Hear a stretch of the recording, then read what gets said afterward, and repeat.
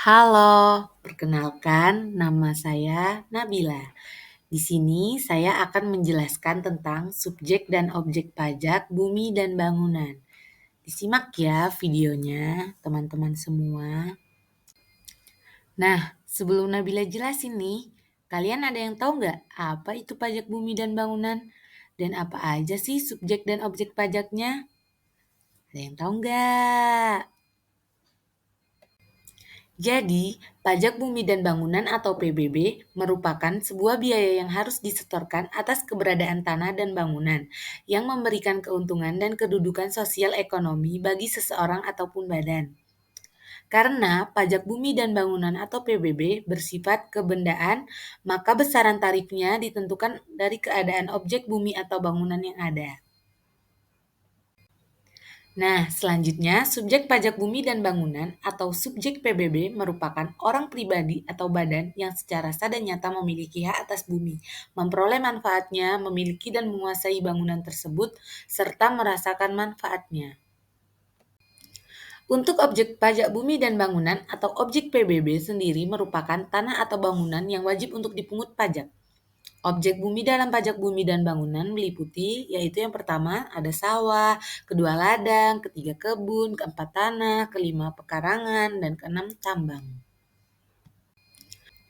Sedangkan untuk objek bangunan dalam pajak bumi dan bangunan meliputi yang pertama ada rumah tinggal, kedua bangunan usaha, ketiga gedung bertingkat, keempat pusat perbelanjaan, kelima pagar mewah, keenam kolam renang, dan ketujuh jalan tol. Setelah mengetahui apa saja yang menjadi objek dari pajak bumi dan bangunan atau PBB, sebenarnya tidak setiap tanah dan bangunan yang ada dapat menjadi objek dalam pajak bumi dan bangunan.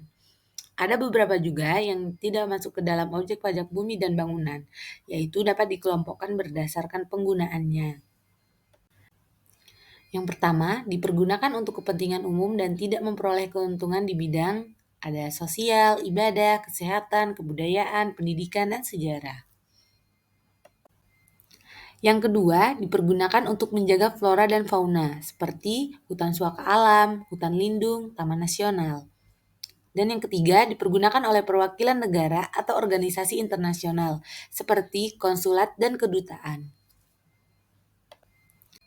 Selanjutnya, dasar hukum pajak bumi dan bangunan, yaitu yang pertama, Undang-Undang Nomor 12 Tahun 1994 tentang perubahan atas Undang-Undang Nomor 12 Tahun 1985 terkait pajak bumi dan bangunan, yang mengatur semua tentang pungutan atas pajak bumi dan bangunan. Yang kedua, Undang-Undang Nomor 28 Tahun 2009 tentang pajak dan retribusi daerah yang menjelaskan bahwa pemerintah kabupaten atau pemerintah kota memiliki wewenang dalam melakukan pemungutan atas pajak bumi dan bangunan di sektor pedesaan dan perkotaan atau PBB P2. Yang kedua, bahwa pemerintah atau pusat memiliki wewenang terhadap sektor pertambangan, perhutanan, dan perkebunan atau PBB P3. Nah, selanjutnya dasar pengenaan pungutan atas pajak bumi dan bangunan dapat disebut sebagai nilai jual objek pajak atau NJOP dan dihitung berdasarkan harga rata-rata atau harga pasar pada saat melakukan transaksi jual beli.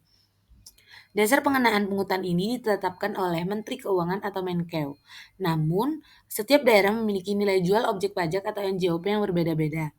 Dikarenakan adanya pengaruh dari beberapa dasar penetapan untuk objek bumi dan bangunan, yaitu yang pertama, bahan yang digunakan untuk dalam bangunan tersebut.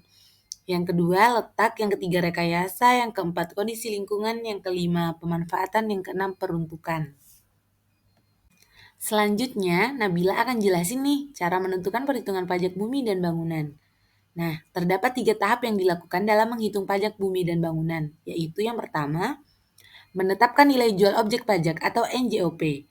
Definisi dari nilai objek pajak atau NJOP sendiri merupakan besarnya harga atas objek baik bumi maupun bangunan, atau dapat dikatakan pula sebagai harga untuk properti tanah dan bangunan. Sebelum menghitung berapa besarnya pajak bumi dan bangunan yang harus dibayarkan, maka langkah pertama harus mengetahui terlebih dahulu harga dari tanah dan bangunan tersebut. Selanjutnya, yang kedua menentukan nilai jual kena pajak atau NJKP.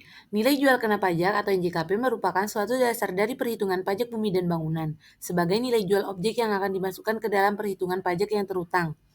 Berikut ini merupakan ketentuan persentase dari nilai jual kena pajak atau NJKP yang telah ditetapkan pemerintah berdasarkan Keputusan Menteri Keuangan Nomor 201 KMK 04 Tahun 2000 tentang penyesuaian besarnya nilai jual objek pajak tidak kena pajak. Sebagai dasar perhitungan pajak bumi dan bangunan, yang pertama 40% untuk perkebunan, yang kedua 40% untuk pertambangan, dan yang ketiga 40% untuk kehutanan.